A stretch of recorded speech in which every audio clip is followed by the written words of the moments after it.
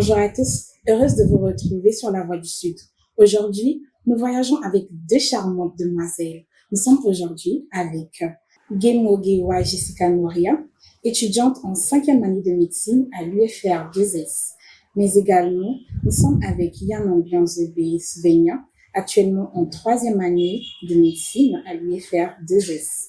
Aujourd'hui, nous faisons un tour au Cameroun, au continent, mais aussi nous faisons un tour au Tchad.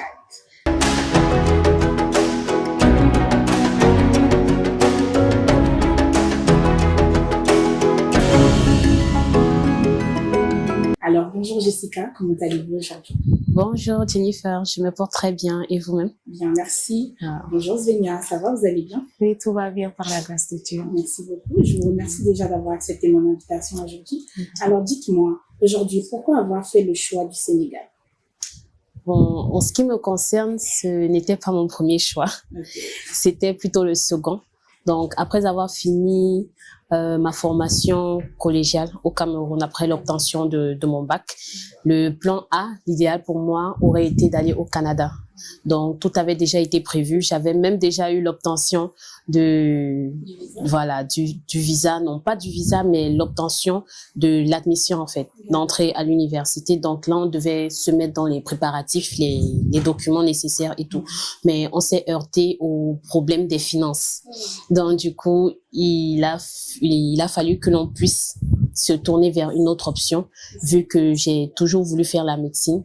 Donc, j'avais une connaissance qui était déjà ici à Ziguinchor et elle m'a dit pourquoi ne pas envoyer tes dossiers, vu que j'avais déjà aussi un excellent bac pour pouvoir entrer en fac de médecine. Donc, c'est ainsi on a lancé les procédures et je me suis retrouvée ici.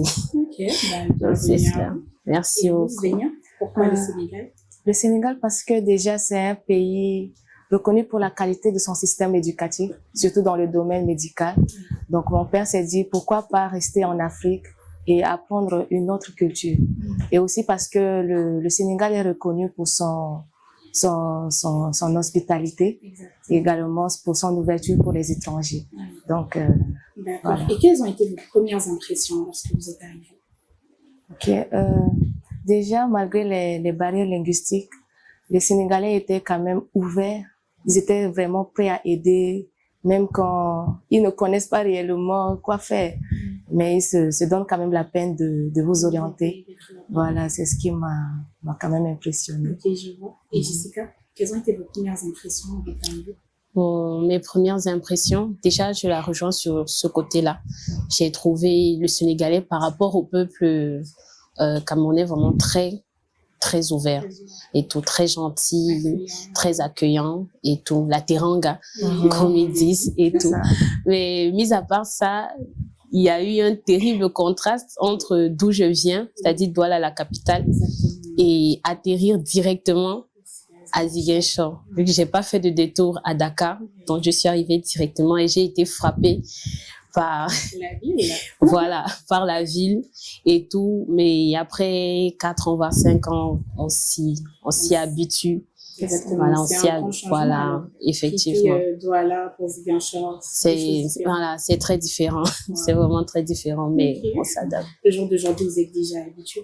Donc, vous êtes déjà adapté. Alors, on a dit qu'il y a vous, 5 ans, Svenia, 3 ans. Vous êtes venu pour la médecine. Pourquoi la médecine? Est-ce un choix d'enfance, un rêve d'enfance, une vocation? Oui, c'est vraiment un rêve d'enfant. Un rêve d'enfant, je me souviens, pour la petite histoire si je peux, nous étions en 3e et en SVT, notre professeur nous avait demandé d'apporter un cœur de poulet. Pour qu'on puisse, pour que l'on puisse l'ouvrir et regarder ensemble. Et lorsque l'on a fait, et en même temps, il nous avait amené, comment on appelle ça, des tensiomètres avec des stéthoscopes, histoire de nous montrer un peu le truc. Et j'ai vraiment apprécié et je me suis dit, non, je change de vocation parce qu'à la base des bases, je voulais être styliste. Styliste. Oui.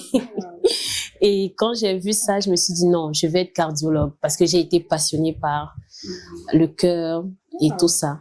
Et voilà, de fil en aiguille, je me suis retrouvée dans la médecine. D'accord. Et vous, Svenia, c'est un rêve ou bien? Pour ma part, j'ai été malade plus de 2 années atteinte d'une sinusite chronique. Donc, on a eu à faire le tour de plusieurs hôpitaux dans mon pays sans pour autant trouver de vraies solutions, quoi. Et cela m'avait vraiment marqué. Donc, je me suis dit que je vais devenir médecin, pas seulement pour comprendre la maladie, mais aussi pour aider et soigner ceux qui sont en souffrance aussi comme moi. Donc, voilà, c'est devenu maintenant une vocation, un rêve de devenir médecin. Voilà. D'accord. On entend souvent que les études de médecine n'est pas vraiment quelque chose de facile. Pas du tout. Vous courez à gauche, à droite. Alors, comment est-ce que vous arrivez à vous en sortir entre les cours, les stages, la vie au quotidien? Dites-nous un peu. C'est compliqué. C'est compliqué, C'est très, très compliqué. On subit des pressions énormes, que ce soit à l'hôpital, que ce soit même à l'école, surtout avec le fonctionnement de notre UFR. On ne sait vraiment plus où donner de la tête. À un certain niveau, à partir de 2e année, on commence à faire des stages le matin, cours le soir, perler avec des compositions toujours dans les mêmes semaines. Donc, avoir du temps pour soi, c'est très, très, très difficile. D'ailleurs, même certains arrivent à craquer, à abandonner, à se retrouver en dépression. Voilà, donc c'est trop difficile. Mais vous, comment faites-vous, en fait, pour ne pas tomber dans cette dépression? C'est la grâce de Dieu. Déjà, c'est vraiment la grâce de Dieu. C'est vraiment Dieu qui nous permet de nous maintenir, en fait, de tenir. Et aussi une très bonne organisation. Parce que la médecine, de ce que moi j'ai compris, c'est pas seulement que tu es intelligent, mais c'est aussi que tu sais planifier, organiser et te discipliner. C'est ça qui te permettra véritablement de pouvoir avancer. Sinon, sans ça, on calera au même niveau, en fait. L'intelligence seule ne suffit pas. Ça ne suffit vraiment pas. Et vous, Zénia, comment vous tenez? Voilà, c'est vraiment un défi de trouver l'équilibre entre les cours, les stages, et aussi un temps de repos qui est vraiment important aussi pour un étudiant. Donc, bon, à cela, pour relever ces défis, comme elle l'a dit, la médecine demande vraiment beaucoup de lecture et de réviser régulièrement. Donc, il faudra trouver vraiment un équilibre entre ces trois-là. Et aussi, bon, il y a les parents, les soutiens des amis, les soutiens moraux de la famille qui aident beaucoup à surmonter cela. Donc, voilà. En tant qu'étudiante en médecine, je suis sûre que vous avez peut-être une petite anecdote à me raconter. Donc, je vous laisse la parole, Zéna. Racontez-nous une petite anecdote de ce que vous avez eu à vivre ici. Ok. La première fois que j'ai été à une gare, j'étais venue comme médecin alors que je n'avais pas toutes les connaissances. J'étais en première année. Donc, pour moi, je devais commencer à soigner directement. Alors que, voilà, à ma grande surprise, je devais seulement prendre les constantes des malades et tout. Bien sûr, c'est le début. Voilà. C'est ça. Bon, pour ma part, c'était, je vais dire, la première fois que j'ai assisté à une opération. Je me suis dit, je vais entrer, vu que j'étais en 3e année, je vais entrer dans, du coup, on va aussi m'habiller, je vais aussi ouvrir, comme on voit dans Grey's Anatomy et tout. Et c'était tout le contraire. Déjà, la discipline et la rigueur qu'il y a dans une salle d'opération, c'est terrible. Moindre erreur, on te met dehors parce qu'il s'agit de la vie de quelqu'un. Et aussi, quand le corps est ouvert, en fait, il y a plein de bactéries qui peuvent se propager. Donc, du coup, il y a certaines choses qu'on ne doit pas faire à l'intérieur. Mais maintenant, voir à la télévision un corps ouvert, c'est différent de voir un corps ouvert en réalité. J'ai été très choquée de voir certaines choses et de voir peut-être le mot est mal choisi, mais je vais dire la froideur avec laquelle les chirurgiens, en fait, ils pouvaient le faire, quoi, manipuler un corps qui est sans vie et tout. Je me suis dit, certaines personnes n'ont pas souvent tort de dire que les médecins, surtout les chirurgiens, sont souvent très froids de caractère parce que voir ça tous les jours, moi-même, je me suis demandé, est-ce que je serais capable de le faire tous les jours, constamment, voir des corps ouverts, sans vie. Et votre première fois de voir un corps ouvert, comment ça s'est passé? Un corps mort ou... Non, un corps ouvert. Un corps ouvert. Bon, ça, déjà au Cameroun, j'avais déjà commencé une formation en tant que sage-femme, voilà, avant de pouvoir venir ici. Donc, j'ai eu déjà l'expérience de pouvoir voir des sutures et des trucs. Donc, mon anecdote se rapporte plutôt au Cameroun, de la première fois où j'assiste réellement à une suture. J'ai failli m'évanouir avec le sang de partout. Je ne savais même pas ce qu'ils étaient en train de faire, mais eux, ils savaient quel point toucher pour pouvoir fermer et tout. Et moi, on m'avait juste demandé une chose. Oui, c'était en salle d'accouchement après les épisions. On m'avait juste demandé d'arrêter le pied de la dame. Mais après 5 minutes, j'ai failli m'évanouir. Et puis, on m'a demandé de sortir et tout. Donc, pour dire, c'est pas facile. C'est pas facile à avoir. J'aimerais bien que vous puissiez nous dire quelles sont les difficultés que vous rencontrez ici au Sénégal, précisément à Ziguinchor, et surtout en tant qu'étudiante étrangère en médecine. Mais avant ça, j'aimerais qu'on puisse suivre avec vous un petit témoignage. Ok.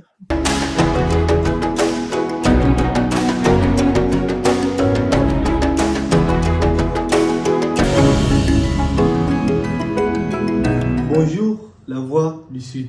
Je réponds au nom de Hussein Mohamed Izelin Nour, étudiant en 3e année d'agronomie à l'université Amadou Hampâté-Bâ de Dakar, au Sénégal. La formation en médecine au Tchad est à peu près comme toutes les autres formations. Elle est basée et axée sur un programme universel. La différence principale se situe au niveau des moyens.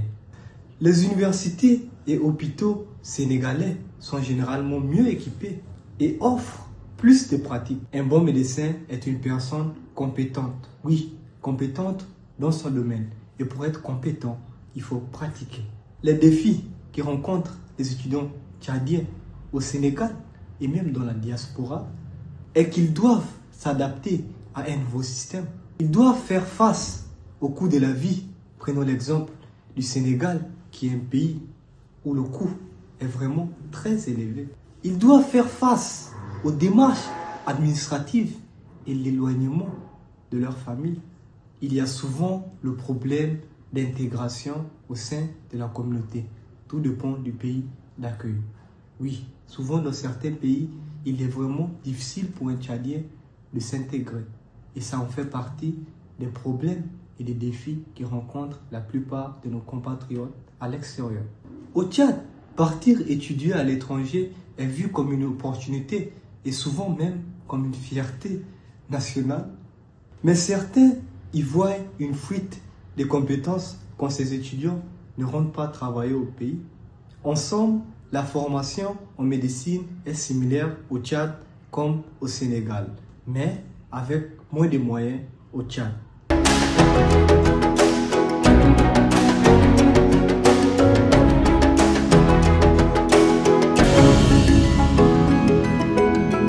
Merci beaucoup à Hussein pour ce partage. Alors, dites-moi, comme l'a dit Hussein, lui, ils vivent les difficultés par rapport au prix, au coût de la vie sur Dakar. Mais vous, ici, comment trouvez-vous le coût de la vie sur Ziguinchor, Jessica?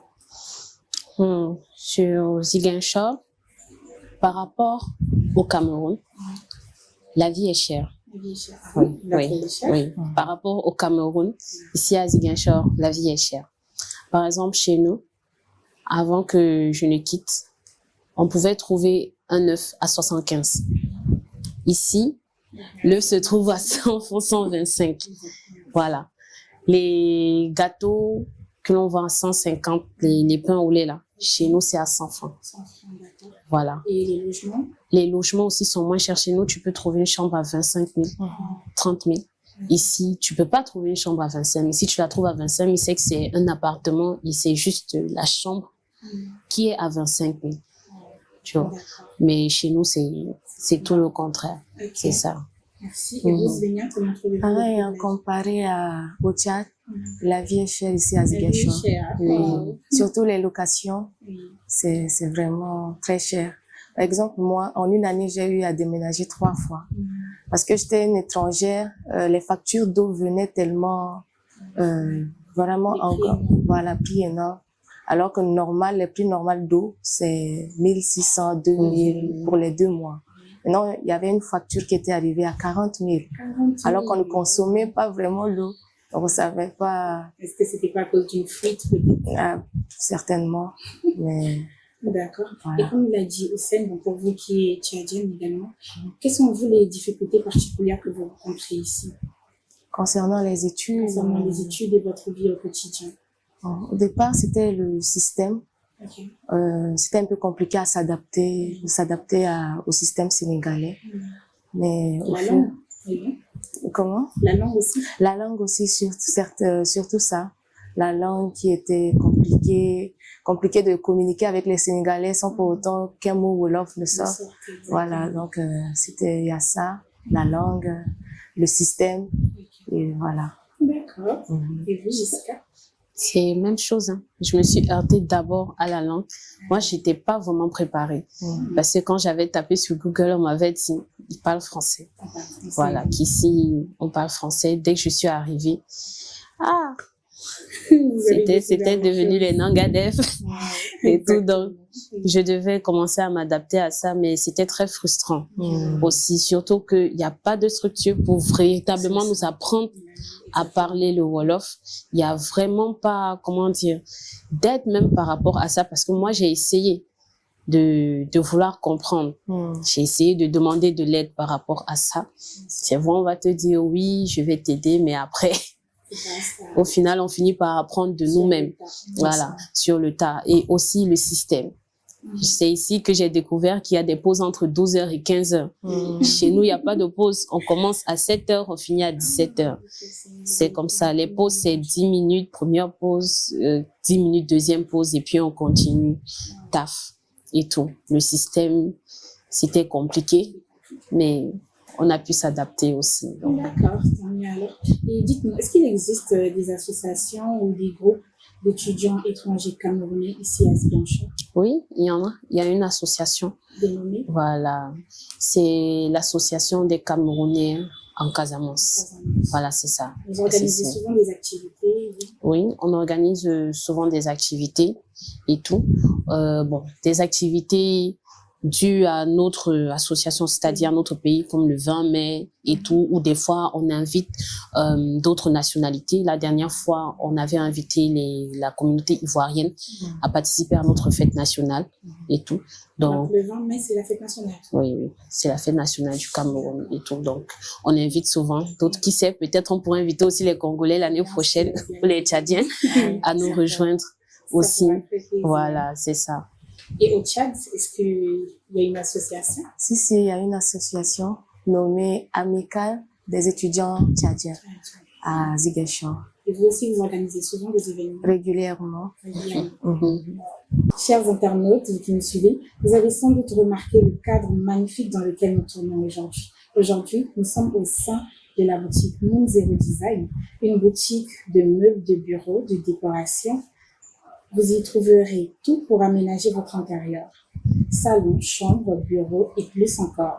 Elle est située sur Sontiaba, sur la 54.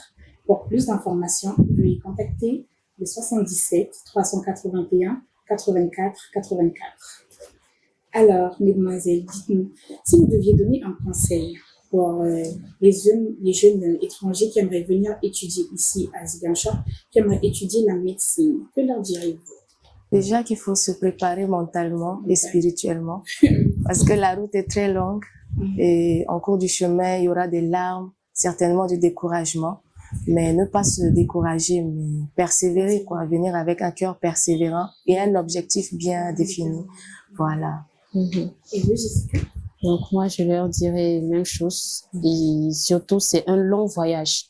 8 années, beaucoup de choses peuvent se passer en 8 ans. C'est-à-dire que lorsqu'on prend la décision de consacrer 8 ans de sa vie à quelque chose, il faudrait vraiment qu'au préalable, on soit vraiment prêt pour cela. Donc, beaucoup de persévérance, beaucoup d'encouragement, de fighting et de discipline. Et tout se passera bien.